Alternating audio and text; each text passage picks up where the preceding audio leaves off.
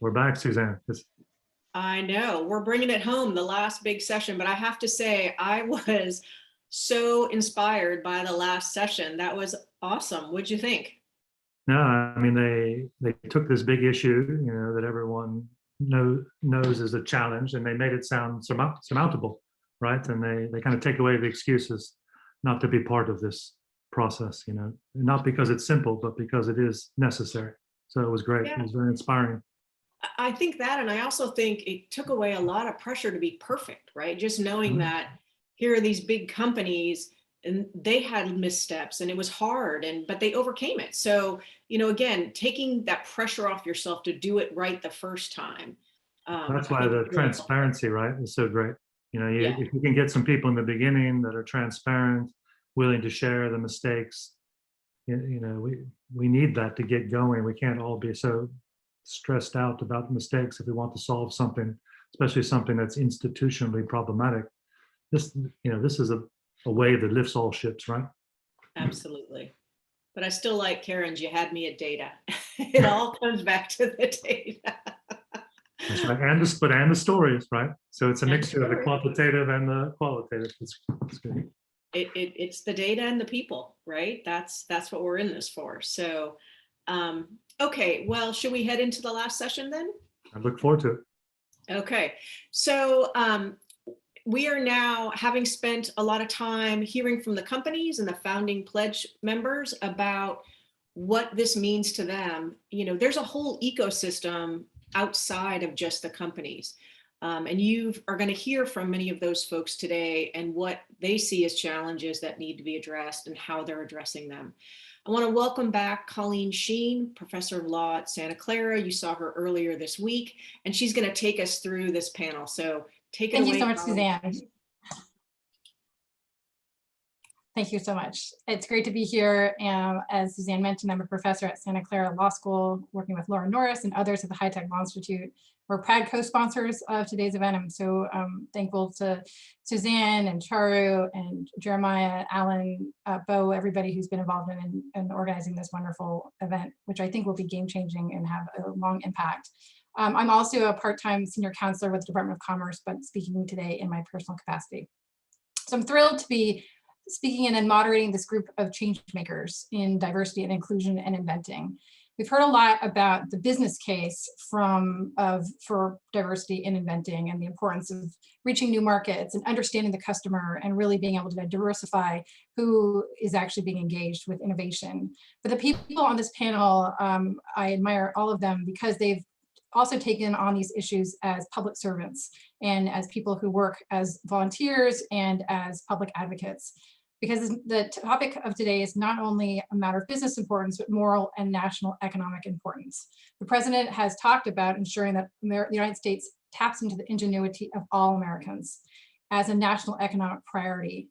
And in a situation where women and underrepresented minorities are only patenting at 1/4 of the rate of white men, there's a lot of work ahead of us. We have 7 speakers, as you can see, and 80 minutes, so let's get right into it. I invite you to use the chat and for the panelists to pay attention and engage with your questions as we go along. Before we get into each of the panelists' comments, though, I want to return to a theme that Professor Fleming raised at the beginning of today's program, and that's about inequality, because I think that is the backdrop upon which a lot of this work rests. And when we think about inequality, I argue that we really need to think about not just one form of inequality, but the inequalities of innovation. We're talking a lot about equality of opportunity, ensuring all of those who have good ideas, who have things to bring to the table, can participate in the patent system. Also important are equality of access to innovation and equality of income. And I believe all of them matter when it comes to innovation.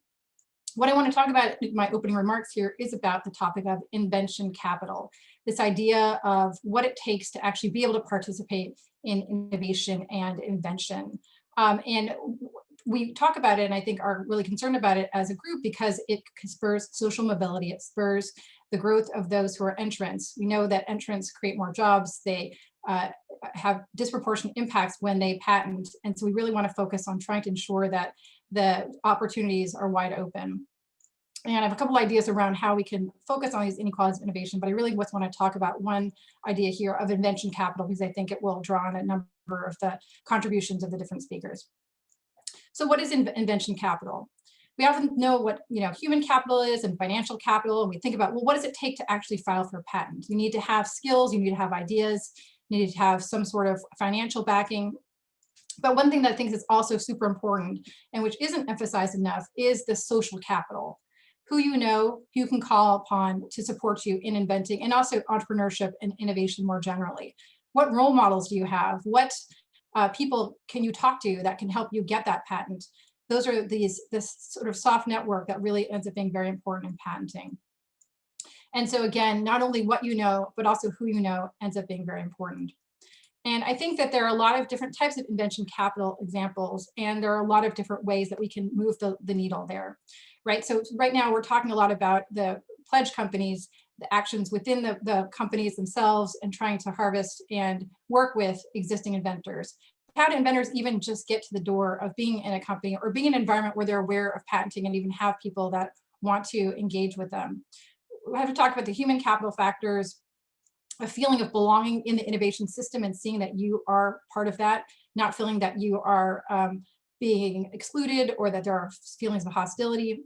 And I think there will have some discussions around drivers and disruptors around IP and STEM career training and STEM and is for all initiatives. You also have the financial resources component. We know that patenting is very, very expensive compared to other forms of IP. Getting an application, but then enforcing it and defending a patent are extremely expensive. So these are things that also cause structural challenges for inequality. And then finally, social capital. One of the stories that I think people often tell are around the pursuit of a patent by the founder of Spanx, that the woman who was the founder could not find a female lawyer, patent lawyer in Georgia to represent her. That is a gap and a missed opportunity to be able to have that connection. Lisa Cook's pioneering work, when she talked about the impact of violence and hostility against African Americans in the 1840s through the 1940s, the 1880s through 1940s, work that Isabella Fu referred to earlier. She talked about how segregation and segregation in general and lawsuits, legal decisions kept Black inventors away from Black attorneys or other attorneys that they could get access to inventing. So these structural barriers do exist and they are real that we need to address. So I'm going to turn it over now to the panelists, but I just want to mention these types of invention capital. I have a couple of different ideas in the paper that is below here about how we could deal with these types of invention capital. I won't talk about them now. If there's time later, I might talk about them a little bit. But one thing I do want to mention is the idea of diversifying our networks and thinking about this very important concept of social capital and how we ensure that there is greater capital that's distributed across the system.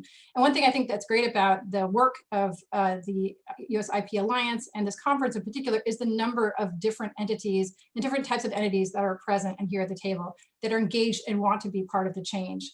And I see that there hopefully will be coming a lot of alliances, whether it be between NSBE, Jesse's going to speak next, some of the companies, some of the firms to work together to make sure we have these mentorship pathways, internships, and career advancement networks so that we can actually create these the social capital and fill in the gaps that have been missing.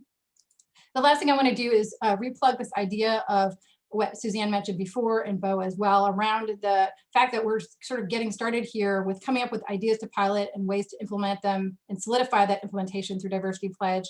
I think there's also a big role for sharing that information, disseminating it, doing it well within this community and disseminating it more broadly. So I hope you're working with people like Paula and Laura Norris and others at trying to bring together a diversity pilot clearinghouse to allow for rigorous piloting and promotion of the different ideas that are discussed here. So with that, I'm going to turn it over to Jesse. We're going to go through sort of the different parts of the patenting process and innovation process. So we're starting with Jesse as a person that wears many hats and has done many, many things, but is not only a patent attorney, a founder, a law firm founder, an entrepreneur, but today in his capacity as the director of the IP Special Interest Group of the National Society of Black Engineers. So Jesse, take it away. Thank you. Start off with history. I was listening to the conference this week and it made me think of different things and how to kind of squeeze into my 10-minute presentation. So I was thinking about Brown v. Board of Education. And really I was thinking about a lecture I saw a few months ago, someone sent me on YouTube, and it was called The Cost of Racism. So I'm calling it the cost of exclusion. So 1954, Brown v. Board. The lawyers in the room know this case. So leading up to this case, there were two attorneys out of Washington, D.C., Charles Hamilton Houston and Thurgood Marshall. And Hamilton Houston was the professor and Marshall was the student. And their main goal in life was to reverse Plessy versus Ferguson, 1897, separate but equal. They knew it wasn't separate but equal, and that was their goal. And so before 1954, in the 40s, they were winning cases at the state level, like at the higher education level. And people saw what was going on and they knew what was coming. They knew Brown was coming. So what they did was, in not all states, in southern states, they said, well, we don't want these people, Black people, we don't want these people in school with our children. So how can we get around this court decision? These court decisions, well, let's just close the public schools. That's what we'll do. Let's close the public schools. Therefore, we don't have to go to school with them and we'll open private schools. And that was their solution. And that took place all over America, more probably, mostly in the South, but other places as well.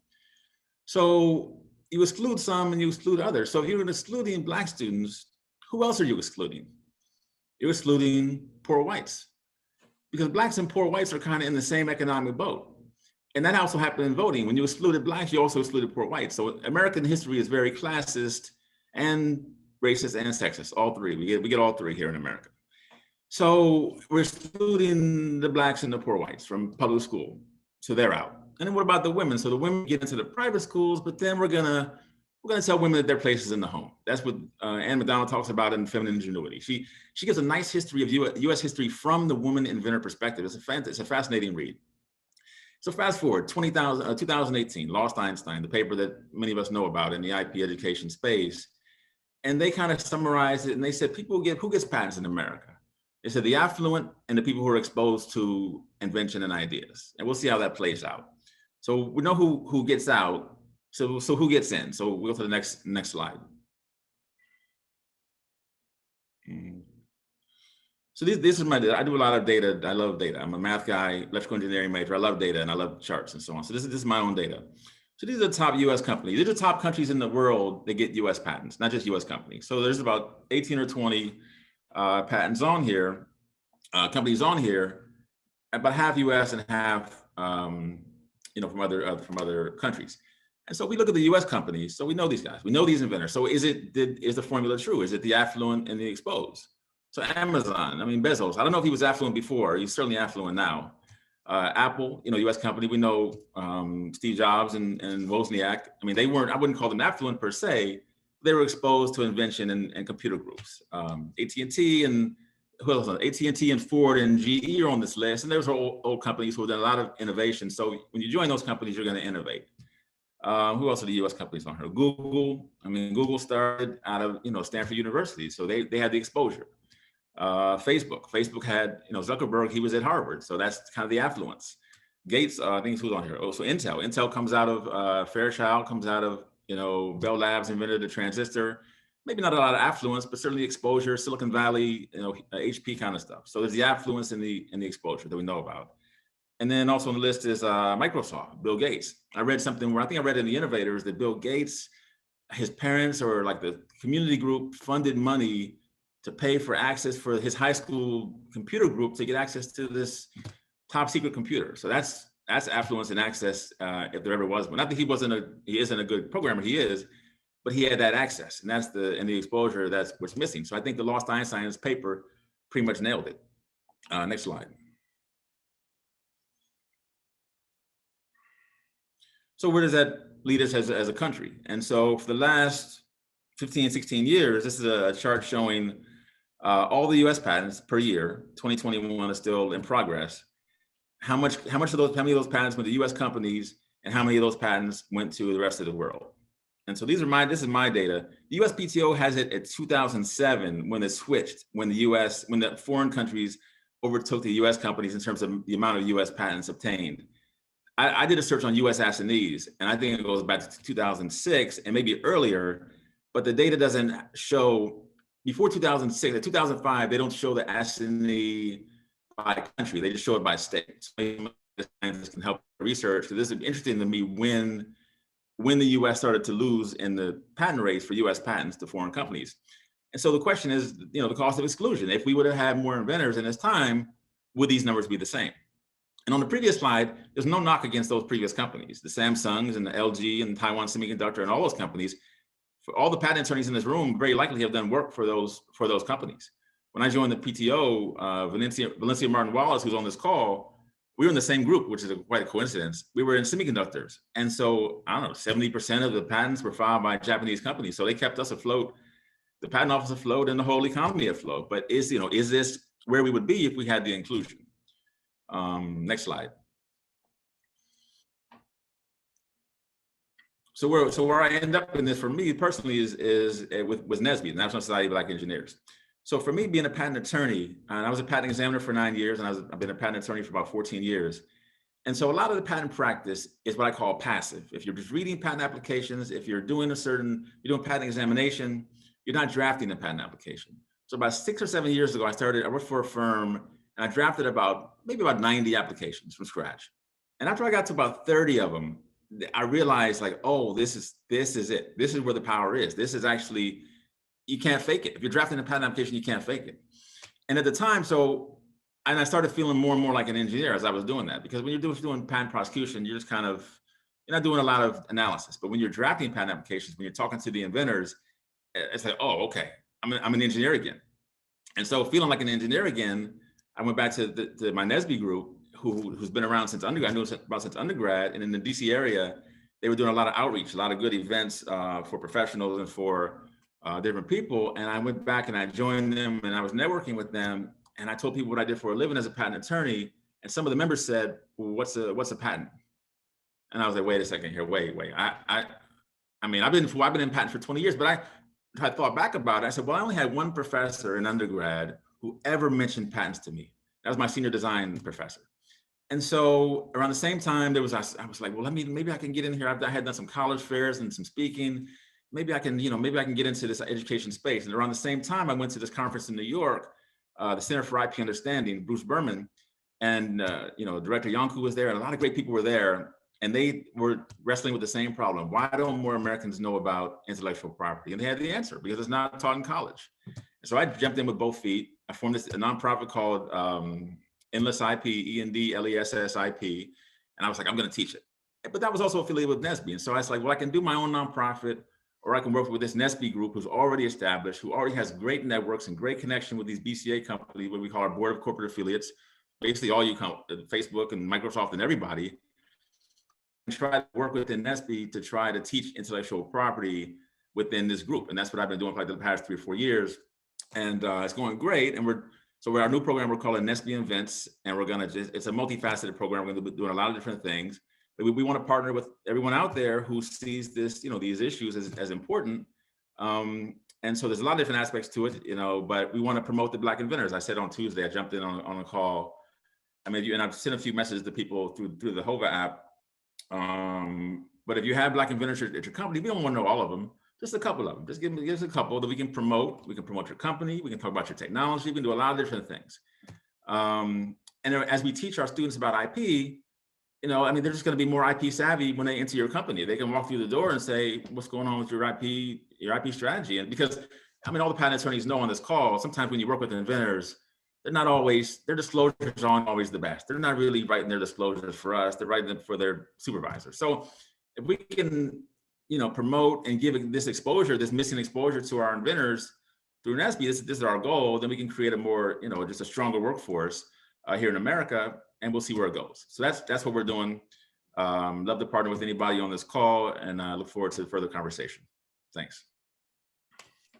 Jesse, thank you so much. So I wanted to summarize the asks and the offers that you're giving to the group, to everybody in the audience. So NSBE is interested in connecting with companies that have Black inventors that could become members.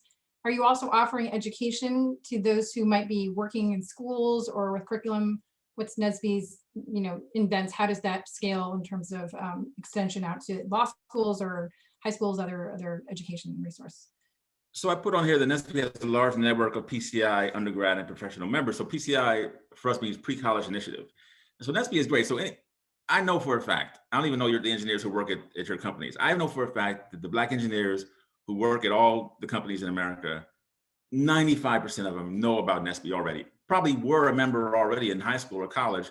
Like Ruthie Lyle popped up the other day and was like, she sent me an email, Jesse, she said, Jesse, you need me. And I was like, yes, I do need you. She has 190 patents and she still loves NSBE. She said, I was in region 1. It's there. I mean, so it's been kind of there all along. And so IP just kind of missed engineering in a way, but it wasn't anybody's fault per se, because our professors are PhD scientists. They're not business people. So IP just kind of missed engineering. It's nobody's fault. So we're trying to get in there at the engineering level. So yeah, we have a lot of outreach. We have a lot of things in place already. And also want to give kudos. I know Braxton Davis is on the call. Braxton Davis, I think he's with Facebook now. So he actually started the IP group at NSBE before I got there. And we worked together. And he's doing a lot of good things with his nonprofit in terms of getting IP people into law firms and to get technical specialists and so on. So there's a lot going on. Not a lot, but we're trying to grow our group. And I think once the word gets out there, it certainly can grow very, very quickly. Awesome. All right, we're going to turn it over now to Brenda Darden Wilkerson. And if you don't know her name, you probably have heard it in many other contexts, not only is in her current capacity as CEO of AnitaB, but if you've heard the term CS for All, Computer Science for All, she is in fact the founder of the original Computer Science for All program. When I worked in government at the White House, this was the thing that was the focus. She's a pioneering thought leader and advocate for access, opportunity, and social justice for underrepresented communities in technology. And in her current capacity as president and CEO of AnitaB, she works to connect, inspire, and strive for greater equality for women technologists in business, academia, and government. So I'm turning it over now to Brenda. Thanks so much, Colleen. And I can't tell you how excited I am to be here and for this conversation. And I'm definitely going to be the amen corner for both you and Jesse already. I'm so excited for the conversation around the cost of racism. Any of you who haven't read The Sum of Us, I highly recommend it, not just in closing up of public schools, but also closing up of public parks and pools. All of that, you want to say, what does that have to do with this? It has everything to do with this, because the whole mindset around inclusion or exclusion, it permeates all of our processes. And as we think about, addressing this particular issue, we have to see the impact and the systemic resolutions that many times are necessary to fix other areas that might be applicable here. So I just want to say that, first of all, what do we do at AnitaB? We envision a future where the people who imagine and build technology mirror the people and societies for whom they build it.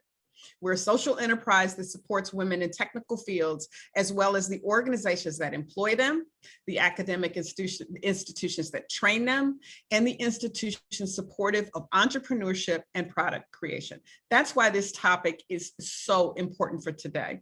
So one very important area of impact in leveling this playing field on which innovation is created and can be patented by intersectional women and non-binary technologists is to talk about all of the non-traditional places where innovation can happen.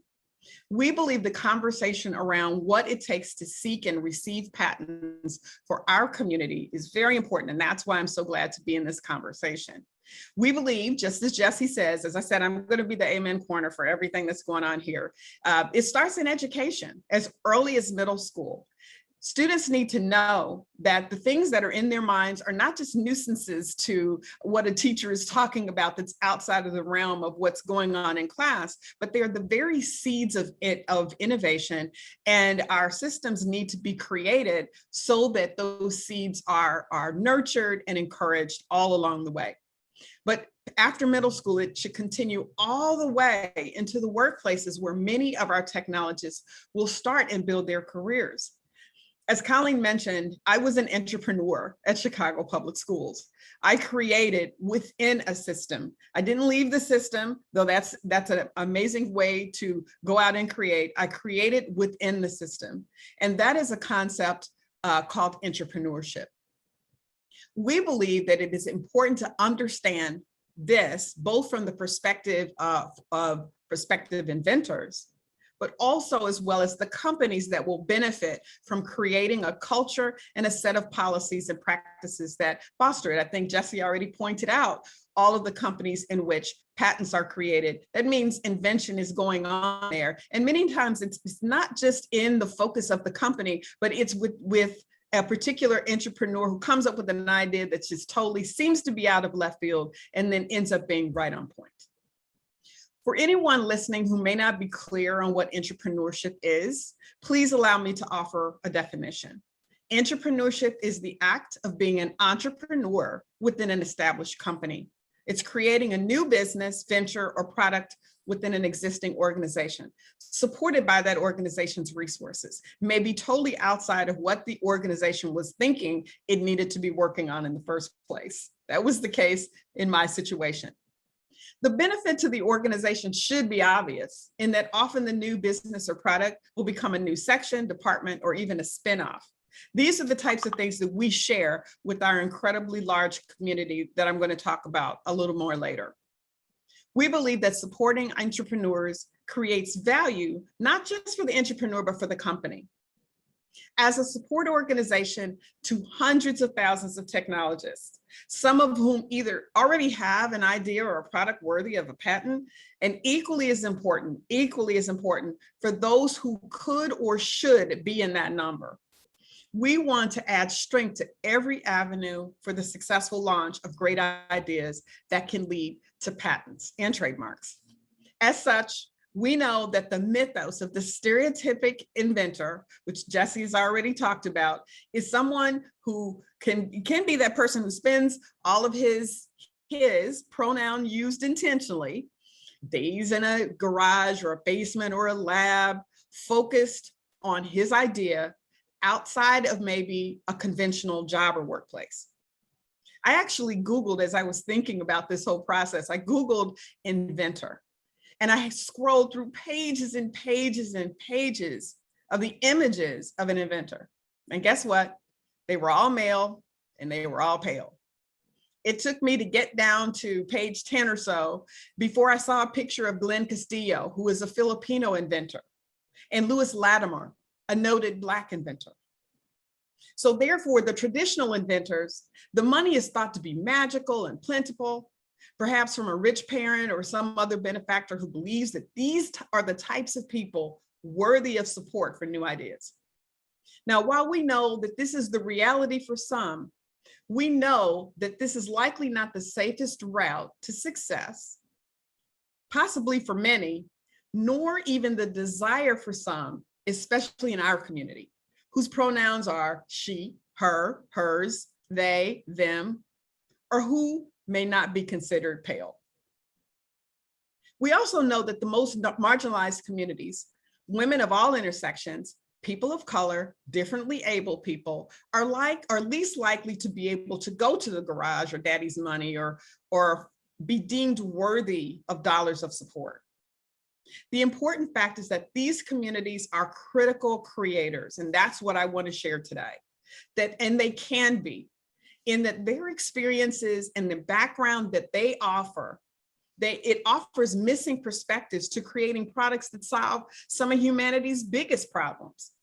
Selfishly, I believe that these are the types of solutions that are most important to our current survival, and we definitely have to support them. Plus, success among inventors of all groups will ultimately contribute to the economic and social justice our country so desperately needs. We know that women and children are the largest demographic, and normally they are of the most impoverished. Ensuring that women get an equal chance at contributing to the success of our tomorrows not only helps them, but it helps us all. Therefore, I would like to illuminate just 3 areas of focus, and there are so many, but my distinguished panelists are so much better at this than I. But I wanted to share where we come from, that I believe will foster increased capacity to do the work of creating tomorrow's solutions for all of our communities. Number 1, companies must examine their internal policies that can either foster better individual contributions of their staff members towards creating products. I love the list. that Jesse put up of all of the big companies, and we know there are more, and the number of patents that come out. If we were to dig into the intersectionality of the folks that receive those patents, I think we would see something very familiar. There are policies and structures in place that actually prohibit the tableware innovation is created within those companies from being diverse. So what I am suggesting is one of the solutions is to take a look at those habits, those policies, those practices that may be in place that are doing just that. Organizations that are resource rich, both in cash and community of like-minded team members who can work with an entrepreneur to create new products, are an amazing breeding ground for innovation. We must ensure that we make changes there that can have the impact today and tomorrow. Companies have to examine their policies to ensure that they are on the lookout for these great internal inventors, regardless of their department or their pedigree. They must ensure that the lens of equity is used to make that table where new ideas are generated as diverse as the public their company serves. And each company that does so will set an example for other companies to follow. That's some of the work we do at AnitaB.org. We help companies work together to share not only best practices, but what I like to call better practices, because we really aren't there yet. We aren't in the best place yet. But also to share the challenges or the things that came up, you know, hey, we were doing X, Y, Z, and we had no idea, but this is what happened. And all of a sudden, we have a community that fosters an acceleration to the place that we're all trying to get to. However, a great example of encouraging equity can be set by my next area of focus, which is changing policy in the PTO and the SBA for that, to focus on equity. All of the decision-making there, we know necessarily isn't focused there, but if it became a focus, we know that that would be a critical lever, not just within the office, but as a demonstration to companies and funders alike of how important equity is as a priority. I would encourage the PTO to consider President Biden's direction and executive order to increase racial equity across all federal agencies as an imperative and as urgent. They can follow suit, the sooner the better. Others will follow suit as well. Number 3, elevate the names and contributions of women, Black and brown humans who've done amazing things throughout our history. As an engineering major, I never heard of Grace Hopper or Leda Lovelace or many of the others that have done amazing things, as I was the lone female in my engineering class. Thank you, NSBE, for the support that you gave me there. It really helped me make it through, by the way, I wanted to say. But think about how different it would have been for me to have heard that I wasn't trying to be one of the first. I was just following a long line of amazing women who made contributions to our very way of life. So any impact that anyone here has on college professors, to encourage them, and Jesse said they aren't trained in this business area, but to encourage them to even just consider history more equitably will make a difference for the pipeline of inventors to come. At AnitaB.org, we use our platform to do just that. We bring focus to innovators, past and present, not only to ensure that they get their roses, but also so that those who look like them are encouraged that they won't be the first, and they definitely won't be the last to make meaningful contributions, and that they can do so too. So one of the things that I'm going to say something that's really going to sound out of left field, but I think it's really important. Another area that we all could have, if you have any access to any of the media companies, if you're working with them, I think a very important thing that they could do is have impact in this area as they have in many other STEM areas and professions.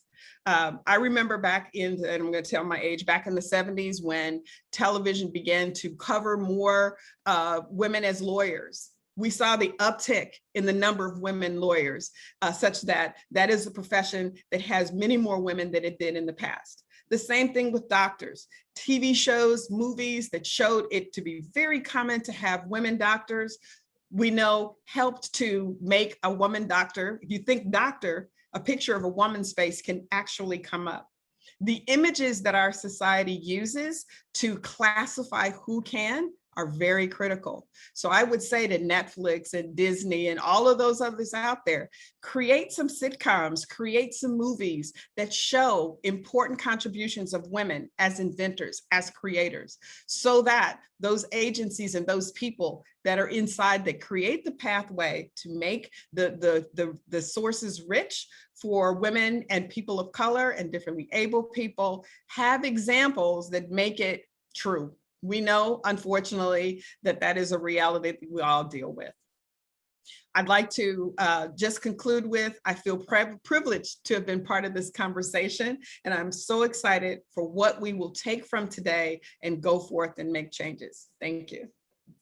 Thank you so much, Brenda. So much to think about. I love the idea of better practices and just the ambition and the scope of what can be done with the people that are involved in this initiative, in the media, in terms of touching education, in the actual practice of inventorship in their own firms. There's a lot to think about. So I appreciate the recommendation to look for the Grace Hopper Conference, lots more content there to follow up and to take a lot of these ideas and work on them. So thank you so much for those comments. Very inspiring. I'm now going to turn to Josh Malone. If you've been hit by a water balloon, just to completely go to a different direction, in the last few years, like I have, you probably have Josh to thank. He is the creator of the Bunch of Balloons invention, which addressed the problem of filling and sealing many water balloons instantaneously. And we have actually a number of these at our house. And it has been the #1 selling summer toy. He was involved, however, in the invention being ripped off and his patent being revoked under a 2011 AIA proceeding, but he was able to restore his patent rights and ultimately get a $31 million reward. So he is now a full-time volunteer and passionate about the rights of individual inventors, and we're going to hear about his work, and I'm going to actually post as well his ways to connect and find out more about what he's talking about. So let me turn it over to you, Josh. Thank you. This is really, I'm enjoying this conference. This conference is very stimulating, and so let me do a quick introduction just to kind of outline what Colleen described. I think this is relevant to the audience and the idea of increasing participation. Somehow I had this idea that if I come up with something new and try it, bring a product to market and patent it, that I could own it, I could enjoy the fruits of it, and I quit my job and put my family's future at stake based on this idea. And I like what Jesse was saying and others have said about, do young people even know this is an opportunity available to them? And so I count myself in that privileged category that I had that dream. I don't know exactly where it came from, but I had faith in it. It was enough to take the plunge and quit my job, give up a paycheck, slave away for many years with many trials and errors. And then I succeeded with my invention Bunch of Balloons. And that's when I learned a lot about the patent system. And I started formulating questions about, which I think are very fundamental to this conference. Kind of two questions to kind of think about as I go through my talk. What is a patent? So I know a lot of you are experts in IP, and you have the answer. But I'll follow that up with maybe a secondary question. Is a patent a right, or is a patent a privilege? And I'll get back to address some of the current views on that issue. So what is a patent? And I think, to me and to our effort at US Inventor, that's the starting point. So if we want to increase participation and diversity in patenting, we have to address that question. What's the goal? And then why get patents? Why do we think we should encourage young people, less privileged, less under-resourced people, diverse people to pursue patents? Why do we want them to get a patent? And so think about those questions, and I'll kind of walk through it, because I think it could be really important for society and for, I think, what we sense are the goals of this conference. We think it means more rewards. We think it means success. We think it means proliferation of innovation and economic improvement. All those themes we kind of have embedded, but it's kind of nebulous as to how what's the mechanics of that. So I just walking through a little bit of history on patents in the United States that I learned through my experience and research. And in 1790 was the first Patent Act. And that act granted patents to any he, she, or they who discovered or invented useful technology. So, way before we were taking care with our gender pronouns, we were inclusive with respect to women. And a lot of us are aware that the first woman inventor was in 1809. First African-American patent was issued in 1821.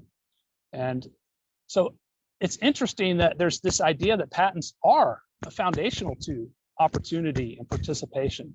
And so it's really important to examine the substance of the patent. So do we want an award? Do we want recognition? Do we want an attaboy? Okay, yeah. But the key, and this was key historically, I mean, America was unique. In England, a patent was definitely a privilege. That question was as clear as it could be. You had to be wealthy, you had to be elite, you had to be an aristocrat, and you could have a patent. It was a privilege. I maintained that in America, a patent was a right. It was based on merit. It was based on what you achieved, not on who you knew or how wealthy you were. And we saw the fruit, right? We were a fledgling colony that was destined to be overrun by these huge global superpowers. And then within 3 generations, we became the superpower, and largely built on innovation and our discoveries. But the difference was, they were by ordinary people. These were factory workers, teachers, farmers. Basically, it was the intent, or I think one of the achievements was it was broadly accessible. And then walking through history, and this dovetails with my experience, that was the basis on which I quit my job and put my family's future at stake and believed. And so that was why I participated. And I think that's what a lot of women and minorities and underrepresented individuals we would like to motivate them in that same way. The year I quit my job was in 2006. That's the year that the Supreme Court ruled in the eBay case that no longer will inventors decide who can use their patents or how they're used or how much it costs to obtain the rights to their patents. They said, no. We'll have the judges and the professional economists decide how much their invention's worth, and we will appropriate it and give it to whoever can most effectively implement it. That was the eBay decision. I was trying to build a business in all of this. A lot of failures and wasn't getting through. But meanwhile, the law is still changing. In 2011, Congress passed the America Invents Act. It was controversial. There were some provisions in it that were considered would jeopardize the rights of inventors. Congress pushed it through anyway. They created the Patent Trial and Appeal Board. So now, if a large corporation doesn't want to pay you for your patent, they can go to the patent office and pay a fee, and usually persuade an administrative judge there that your patent was a mistake, and they take it back. And then in 2018, this arrangement was challenged. The Supreme Court issued a 7-2 decision that a patent is not a property right. A patent is a privilege, like the right to operate a toll bridge, the majority opinion said. And so, in my view, we've come full circle. And I think that USIPA is doing a great job examining these issues. Why hasn't there been continued increase in participation? Why is the patent system decreasing in accessibility? And I would say we have a large part of the answer in front of us. We've taken a system that was designed to provide equal opportunity based on merit, based on predictable rules and laws, and we've created one that's only accessible by the super wealthy, super elite, so that today, if you're, and here's the dilemma for me and for US Inventor, I look back at what I went through, and if I'm speaking to young people or underrepresented people, and I hear from them frequently, I've got a great idea. I'm like, yeah, you have a great idea. I want to get a patent. I want to license it. And across the board, the experience is don't disclose your invention. Find another way, because the deck is stacked against the individual independent inventor. And so we need to examine what is a patent and why do we want under-resourced individuals to pursue patents. And so hopefully we're going to solve that conundrum here. And that's one of the things we're working on and advocating for change. So. Thank you, Josh. A lot of food for thought and important things to think about. And I think this cues up really well our next speaker, who does not really need any introduction, but I'm proud to introduce our outgoing Undersecretary of Commerce for IP and Director of the Patent and Trademark Office, Andrei Iancu. And among the many things that Andrei did, he created an initiative of the National Council for Expanding American Innovation, NCEAI. And this is a pioneering effort to bring together industry, academia, and government leaders, CEOs as well, to help the PTO develop a comprehensive national strategy. So Andrei is going to talk about that and whatever else he'd like to. And then we'll also hear from Valencia, Martin Wallace, who is at the PTO now working to implement that council, that strategy, the council work with the strategy and implement the strategy. So let me turn it over to former director Iancu and let him also synthesize some of the remarks from before in his comments. So thank you, Andrei, for being here. Great, thank you, Colleen. Great to be with everyone here. Really amazing comments and remarks from everybody so far. This really is an incredibly important topic. It's important because obviously we want as many Americans to participate in the innovation ecosystem. We all know how important innovation is and all the benefits innovation provides to the individuals who participate in it, to the companies they work for, to the communities they live in, and so on. So it is, for a lot of reasons, important for the US to get as many folks into the system as possible. And it is critically important for the United States because, frankly, we are in a increasingly more competitive international economy, and America needs all hands on deck. The problem is, as we have heard from a number of the speakers so far and throughout the week, that innovation is highly concentrated in the United States. This is not a surprise. We all know it, we all talk about it, and we have been talking about it for quite some time. But at the USPTO, what we thought it would be important to do is to put specific numbers to it. Now, there have been some studies out there, and I think Jesse mentioned one of them, about the lost Einsteins. There have been other studies out there as well. But frankly, there is a relative dearth of data when it comes to being able to measure the participation of different communities in the innovation ecosystem. We said that to Congress a couple of years ago in our report on the Success Act, and have asked for additional tools for us to be able, for the PTO to be able to measure additional ways tools to help the PTO to have additional ways to measure the participation. But we were able to measure the participation of women in the American innovation system by measuring how many women are named as inventors on US patents and through a variety of other metrics.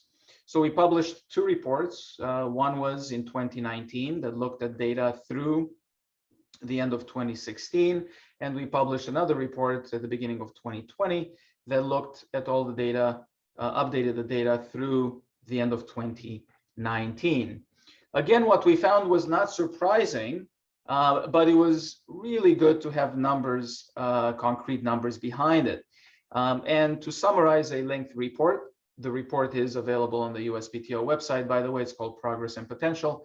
But to summarize it, we basically found that of all the inventors named on US patent applications in 2016, only about 12% were women. And by 2019, that number inched up to close to 13%. Obviously, it's good that it's moving in the right direction, but it's way too slow and a lot more needs to be done a lot faster. So it would be very good to have, as I said, additional tools to do other studies, similar studies with respect to other demographics. Now, what to do about this? And there are a lot of good thoughts and a lot of good solutions that are being proposed here. I first want to say off the bat that I think it should be an all of the above approach. I think we should all try to do a lot of different things with the understanding that not everything is going to work, and it's okay. It is okay to try a number of things and to have a way to measure what we have tried. And if it doesn't work, we can abandon that particular approach and try something else or modify our approach. But I think overall we need to be specific. So what we did at the PTO about a year or so ago is to launch a program for expanding American innovation. It's a multi-pronged program, and there's a dedicated webpage on the USPTO website. You can link to it from the very front page of the uspto.gov. You'll see a link to expanding American innovation. You can click on that. And you will see that there's a variety of things that the PTO has done. For example, every month feature a story of an inventor from different backgrounds, different communities, to inspire and to give role models to would-be inventors down the line.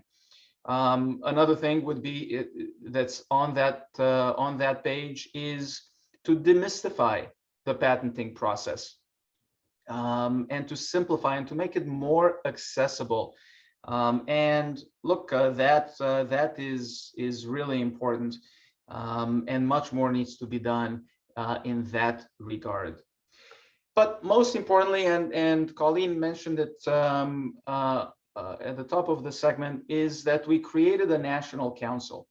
And Valencia will talk more about it. But the idea of the National Council is to have leaders from across industries, from across academia and the inventive communities, from the financial communities and the like, to help the USPTO create a national plan that has a lot of suggestions, best practices, and the like, in order to expand innovation demographically and, frankly, geographically across the United States.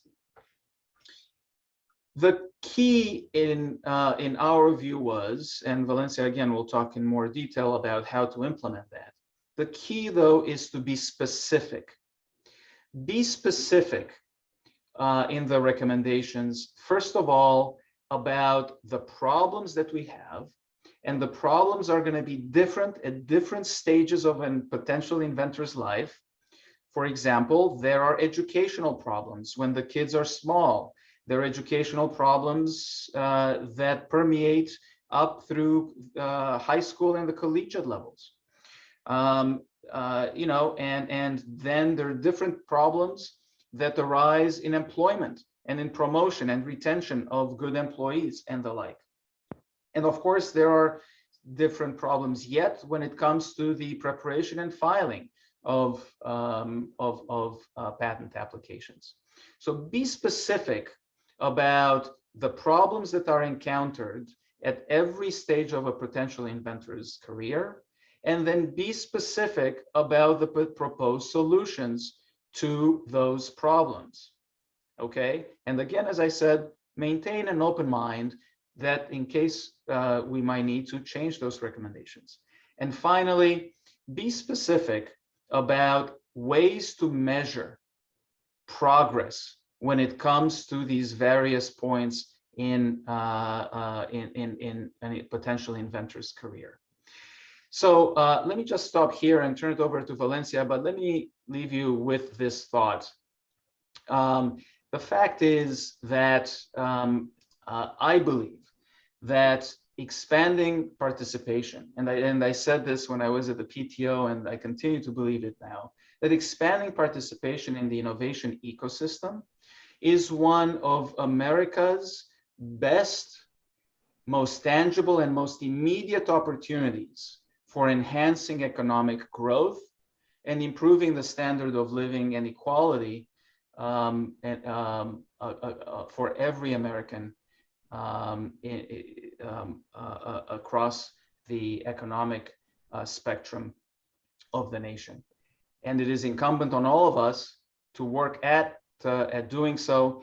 And I think programs such as this go a long way towards achieving that goal. So thanks, Colleen. Let me turn it over back to you. Great, thank you. And I really appreciate your comment about the concentration of innovation, and kudos to the PTO for the groundbreaking work on the report. In my own research, I found that in 2020, over 50% of new patents went to the top 1%. And there's high concentration geographically. So I think it'll be really interesting as the work of the council continues to see how, in a post-pandemic world, we see hopefully better distribution of inventing and innovation and entrepreneurship as the work of the council, but also, the rest of the country realizes that innovators can be in many different places and can be successful, and the innovation pathways are open to everybody, no matter where they live and no matter what class. So let me turn it over to Valencia, who is now the executive lead on the National Council for the PTO. She's also the acting deputy commissioner for patents and has been an executive at the Patent Office in several different roles. Right now as the manager and leader of the patent organization's efforts related to international IP harmonization and patent examination functions. She was also appointed as the chief of patent quality under the Patent Quality Initiative a few years ago, and it's been a pleasure to work with her over many different and watch her work over many different areas. So let me turn over to Valencia. Thank you so much for being here and sharing what the PTO is doing now on the NCEAI. Thank you, Colleen. Thank you so much. This is such a pleasure to be here with such a powerhouse group of people who have been so successful in their own careers, but didn't leave it there, decided that, we cannot move forward unless we all move forward, and especially in this field. So thank you so much. I'm just enjoying hearing everyone and what I'm learning from everyone, but would love to share what Andrei started for us. And I can't go a second longer without saying, once again, thank you to him for being the leader that said, the USPTO isn't going to tackle this in a month. It's not tomorrow, it's going to be today, and we're going to make a difference. And he certainly has and is. So I want to maybe take to start from where Andrei left off with the NCAI. So we have this group of very prestigious people in the IP and innovation community who have come together from all sectors of our community to assist the USPTO in building a strategy, not only bringing awareness to the issue, but actually doing something about it, pulling the strategy together called the Strategy for Expanding American Innovation that will take an inventor and an innovator through the lifespan of being an inventor, and having the appropriate stops at being a patent owner as well. So the council is made up of as I said, a prestigious group of people who know that this is one of the top issues that need to be addressed in our community. And right beneath that group of council members is a working group of representatives from each of the council members' organizations, as well as several others who want to make a difference in this span. And they are assisting the USPTO in developing this strategy for expanding American innovation, where, as I said, we're going from the lifespan. So starting with creating innovators. And it's the preparation of all Americans to attain the skills and the interest necessary to become inventors, patent owners, innovators. It will take into account how the inventors and innovators are shaped by their educational settings, their cultural norms, and family environments. And in doing this, placing in that the strategy for us, the community, how do we then give them that access, give them that education, support, nurturing, and moving from there in their career to practicing innovation, the harnessing of skills and interests into the act of invention. It's about understanding, fostering the environments that allow innovators to do their best work in all types of institutional settings. So whether you want to be an independent inventor, have a small business, work for a large corporation, a law firm, and how to do that in a supportive and creative environment, and giving them what they need in order to do that. Now, the next chapter along that path is realizing innovation. And this strategy addresses reaping of both personal as well as societal benefits of innovation when inventions are put into action through use. So it's the commercialization of finances. It's identifying, once again, supporting, educating, giving the appropriate access to our innovators to change this. And the last part is something that Andrei has brought up, that we've all brought up before, is how do you measure and monitor what's been done?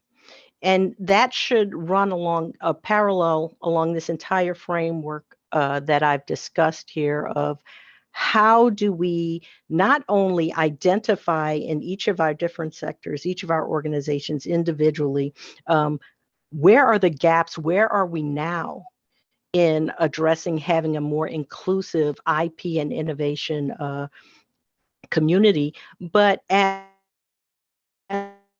that path, how do we monitor and address the successes, if we're having successes, and if we're not, how to make those changes? So along this entire strategy, from creating, practicing, realizing, and measuring, it's the best practices, tangible actions to addressing this. So the strategy is not just for the moment. This strategy is going to have an impact long beyond any of us here on this conference still being in this field. And that's the purpose. And it's bringing together every sector of our community in order to address it and to be part of it and be responsible and accountable to our community for making this change.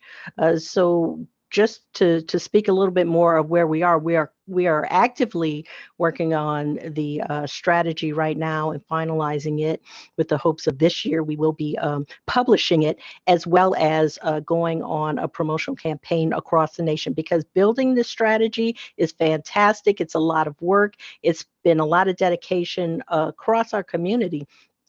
But if we don't go out and speak of it and educate the educators on it, those of every sector, on how to now use the strategy to make that difference in every corner of our nation. And as Andrei was saying, it's not just demographically, economically, geographically. It's amazing when you see the mapping of the pockets of where innovation, inventions happening across our country, and the desert lands that really need further access and education that we need to go into. So that's the next step after publishing the strategy, will be a large campaign. And I promise all of you on this call now that I will be reaching out to you for partnership on how do we now pull it to every corner of our nation to make this happen. So that will be the next steps. Along the way, we also put out a request for a comment. So the public could comment on what we're doing here, the framework. And I have to say, I was just overwhelmed with the response from all of you, from small inventors, from people in this call who not only gave us comments, recommendations that validated that the direction that we are going in is the right one, but even gave us new ideas to consider and incorporate into this strategy. So I'm very excited that we will have this for all of you very soon, and we'll take the next steps. So thank you very much. Thank you so much, Valencia. It's very exciting to hear about the momentum and the future plans. I want to, echo your comment and Andrei's about the importance of metrics and evaluation, and really trying to figure out how will we know if we have succeeded? Where do we hope to be in a period of time? And not that necessarily we're going to get there, but at least knowing what our North Star is. That's something that I'll post to all of the members of the panel as we close out. But before we do that, I want to now introduce our final speaker, Lateef Mtima, Professor of Law at Howard School of Law, and really somebody who's been a trailblazer in the field of diversity and IP, as the founder and director of the Institute for IP and Social Justice, the founder of the Mosaic Conference, and many other initiatives. So I want to turn over to Lateef to close out the panel's formal remarks. Again, encourage people to keep writing in the chat, and then we will go around and tell what we believe should be an indication that we've succeeded, milestone in the future to shoot for. So Lateef, take it. Turn it over to you now. Well, great. Thanks so much, Colleen. It is a pleasure and a privilege to be a part of this conversation and to work with you and everyone else on these issues. You set up for us a very great structure in terms of some of the things that you wanted us to address. So I'm going to try to follow the format that you provided to us and see if I can tick off on each of the three big points you asked us to address in the 10-minute time frame. So the first thing was that, so to each of us, well, what is the problem that you are trying to solve? And what is it that you or your organization brings to the table? So the problem that we set out to solve roughly about 20 years ago was to demonstrate why and how it is that a lack of diversity and other social injustice negatively impacts the IP system. For this group today, the answer and the impact is obvious, but 20 years ago, not so much. And it was to demonstrate to the constituents within the IP system that we needed to shift, or perhaps more accurately, widen the legal and social perspective of the intellectual property system from one that focused solely on economic incentives and metrics to one of recognizing that the purpose of the IP system is to promote maximum intellectual endeavor towards society's benefit.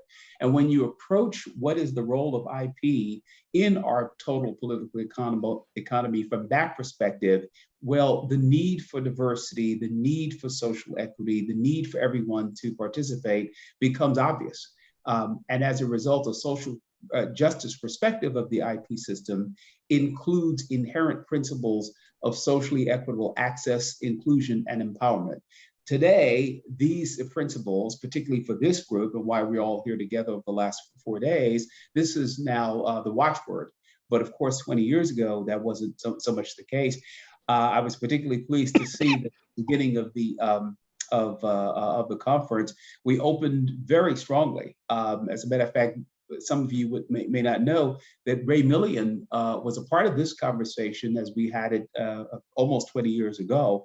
And the conversation that he and Deborah Liu had really manifested these issues, that basically demonstrating that social justice and diversity is important to the bottom line of not just what individual IP companies are all about, but what the IP system is all about.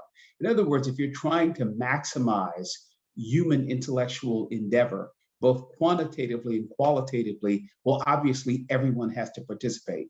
If you leave some human capital behind, you're just leaving potential innovation and other IP production on the cutting room floor. And so the resources that we bring is basically this fundamental theory that this is not just about feel good. This is just not just about, you know, what is morally correct. It is all of those things, but this is also fundamental and innately necessary to the goals of the IP system. We tackle this with a multi-tiered approach, but one of the tiers that I think is most relevant to what we've been talking about over the past 4 days is our community outreach, IP awareness, and education programs. So this brings us to the second question that Colleen presented to us, and that is, okay, so what works? And we found that our approach works because we have differed from the traditional approach. The traditional approach in terms of trying to reach underserved communities and to bring them into the IP system has, and again, as we've discussed so far, this isn't blaming, this is let's talk about, let's recognize some things are gonna work, some things don't work. And traditionally it has been to ask people who are outside of the system, underserved communities, to come into venues in which they traditionally are not in those venues. These venues are foreign, sometimes inconvenient, sometimes even hostile, to come to hear about a topic, intellectual property, that is appears to be both esoteric and intimidating at best, or at worst is an area of the law that has been a source of unfair exploitation and oppression and exclusion. Why would you want to come into a conversation of that kind? To go someplace where you aren't comfortable to hear about a topic that doesn't seem to have any particularly beneficial relevance to you. Our approach instead has to be to go into those communities. So what we do is we host programs in the communities, in venues that people are naturally going to be in anyway.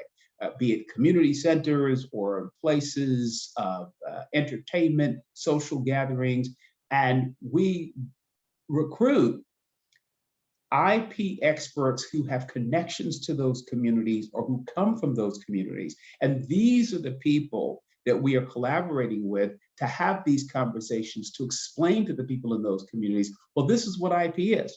This is what a patent is. This is what a copyright is. This is how you would utilize those options to your economic benefit, to your social political benefit. And the people who are addressing these things, they have an enormous degree of credibility. Right? So we have found that not only can we talk about doctrinal IP issues in that regard, and the people in these communities get so excited. It is amazing because what they find is that when we say, well, this is what IP is, the reaction typically has been, wait a minute, IP is something that I already do, right? Or IP is something that I'm already engaged in, or IP is something that I would like to do, I would like to do more. I just didn't know that's what it was called. Right? I just didn't know that it was something that I could participate in. And by looking at the people who are speaking about it, I now see that, yes, there's a pathway for me as well.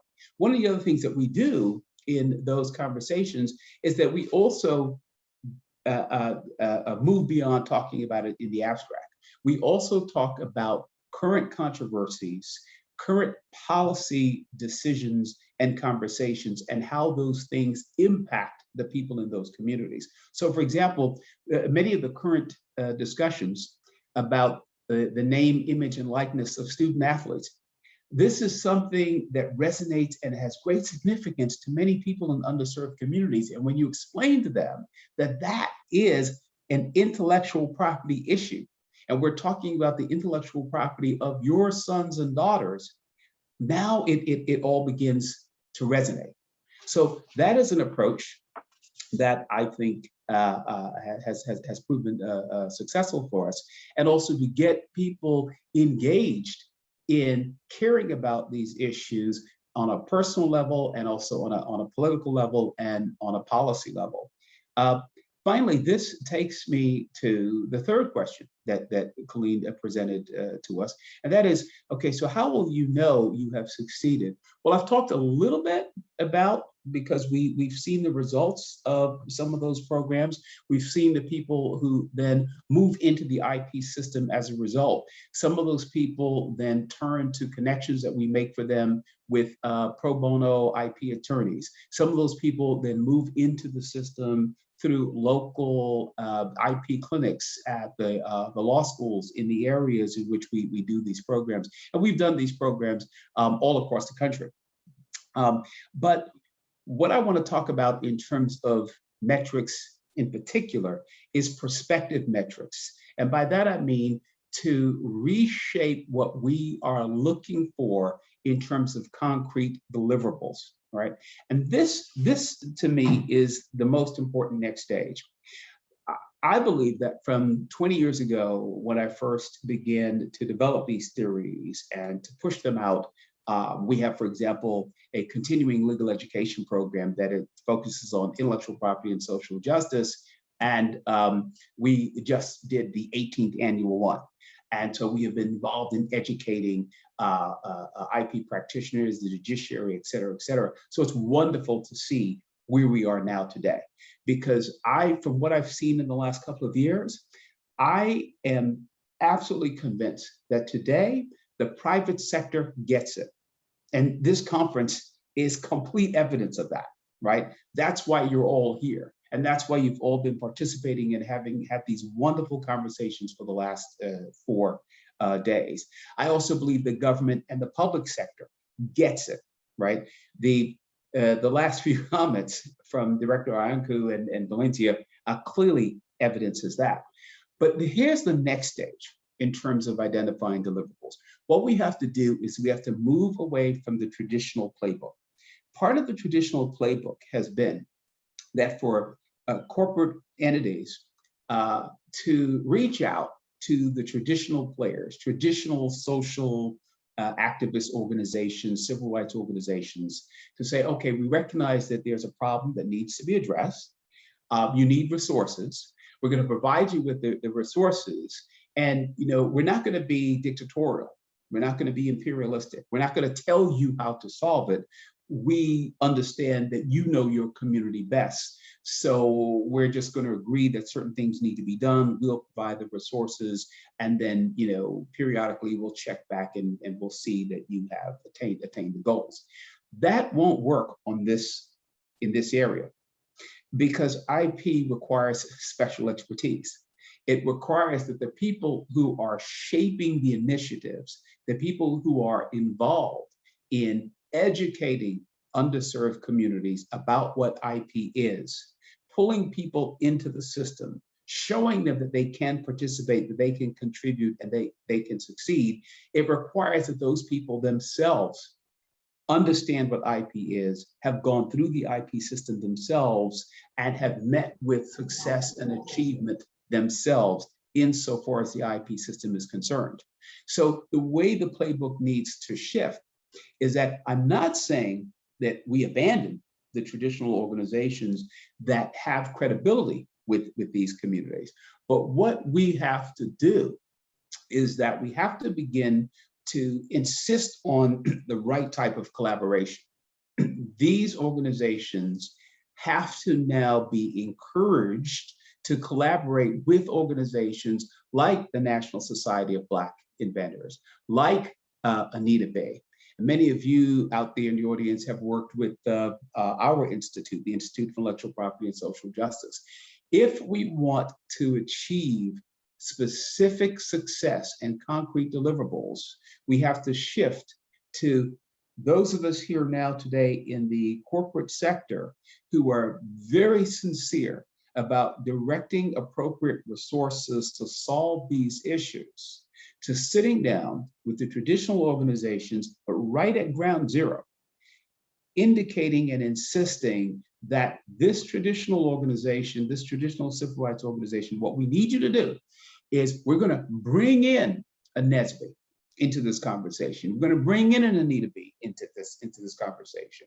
And what we want to do is we're going to help you to collaborate together to have the credibility to bring people from these underserved communities at the table, and then individuals with the expertise, like the NSBEs and the AnitaBs, to help to create and to structure the programs, to perform the education and awareness initiatives so that we can actually achieve specific deliverables that have been identified right from the very beginning. And that's going to be the key that we need to do in order to shift the way the playbook works. Looking at my watch, I think I'm at exactly 10 minutes. So I'm going to stop there and turn it right back over to Colleen.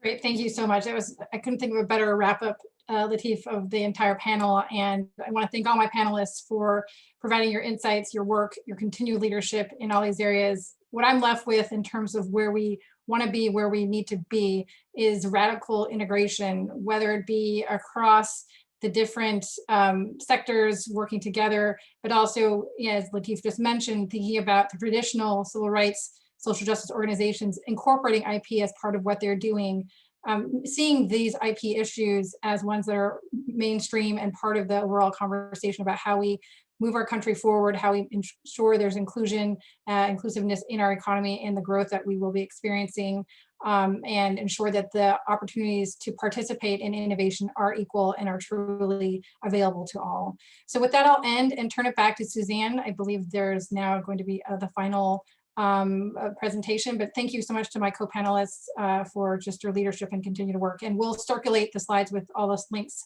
that you can continue the partnerships that everyone has mentioned, and the work can go on. Thank you. Thanks, Colleen, and thanks, panelists. That was really helpful. I mean, I think it's very clear, and I put this in the chat, that these issues manifest themselves at very different levels, right? As individuals, at corporations, at a national level, and we have to think of solutions across those three dimensions. And so, again, no one entity can do that. It's going to take all of us working hard together. So we have brief closing remarks by Sujay. Do you want to come on, Sujay? Again, the Dean of the Engineering School at Berkeley. And I'm going to turn it over to you, and then Bo and I will come back at the end. Wonderful. Thank you so much. Well, good morning or good afternoon or good evening, wherever you are, everyone. I'd first like to express my appreciation and admiration for all of the invited speakers and panelists who spoke in this conference over the past 4 days, for sharing with us their stories, experiences, and solutions to promote greater participation and equity in inventing, patenting, and innovation more broadly. I'm very grateful to the conference organizers, Suzanne Harrison, Bo Hayden, and Hannes Malm, for driving this important agenda and for convening people from across industry, academia, and government who can move the dial. I'd also like to thank all of the U.S. Intellectual Property Alliance for co-hosting this conference, and all of the sponsors for this conference for your support in increasing awareness of the challenges and opportunities for unlocking the potential of women, people of color, and veterans to contribute to national innovation and economic growth. And to all members of the audience, thank you so much for caring about the innovation gap, for taking time out of your busy schedules to learn about the root causes and solutions, and to join us to advocate for change. I hope that each of us has gained new knowledge, new ideas, and new connections to help us achieve our goals for advancing diversity in innovation. At UC Berkeley, Lee Fleming and Bo Hayden have created an initiative on innovation, inclusivity, and intellectual property to educate a more diverse interdisciplinary workforce for the knowledge economy through university and industry partnerships and projects. This program includes master's students from engineering, business, and law who work together on innovation projects with companies throughout the academic year. The Increasing Diversity in Innovation Conference was hosted together with recipients and this initiative, and we would like to encourage all the companies here to reach out to us to collaborate and accelerate progress toward our shared vision. So I'd like to take some inspiration from the Tokyo Olympics, which some of us have been watching closely. I believe that we can achieve faster, higher, and stronger by working together. So I wish you all good health and great success in innovation toward a brighter future for all members of our society. Thank you so much, and best wishes. Thank you. So Bo, I guess we're gonna have a brief wrap up for you and I. So you wanna say a few things? Yeah, well, first, thanks so much, Sujay, for participating in the conference and for your leadership at the College of Engineering. Hopefully we'll be able to take the work you've done and be able to expand upon it. I think we're off to a good start here this week and with all the pledges. But in general, Suzanne, I would like to say that even though it's been a lot of work to put everything together, and it's been a lot of information over these last 4 days, I'm a bit excited to get going now, right? So how do you feel? Exactly. And I will say that we're busy posting presentations and videos on the increasingdii.org site. So we're doing our best to get that out. Poor Hannes and Lauren are a little struggling to actually get all this done. But as soon as we can get it up, we will. We want you guys to go forward. If you have questions, please come to Bo or I and ask away. And we are going to be working to help you all on your journey. That's the goal of this whole thing. Just start with the first step. That's all we're asking. Yeah, I think that the framework that you put together, Suzanne, was great with the seek and understand and commit and ally and advocate. And today's last part with the ally and advocate, I think made it felt that everybody could get involved and get going right away. So hopefully, I know it's the summer, but hopefully we'll get going and getting more people on board. And when the fall comes, we'll be running events together and trying to expand on this. So it's been such a great pleasure working with you, Suzanne. It's been fun, Bo, and we look forward to working with everybody that's on this, that's been in this program. So again, whatever we can do to help you take that first step, continue on your journey, whatever it is, let us know, and we're here. Almost sad to leave now, isn't it? We're going to network. We're going to kind of ease out, aren't we? We're not going to just cut it off now and have this depression that it's over. We're going to ease in through a networking session now. Is that right? Yeah, it is. So we're not quite done yet. So again, come in and chat with us some more and talk your way through it. And we'd love to hear any comments or things you want us to do differently in the future. So for now, goodbye, but we hope to see you shortly in the networking sessions. Take care, everyone. Stay safe.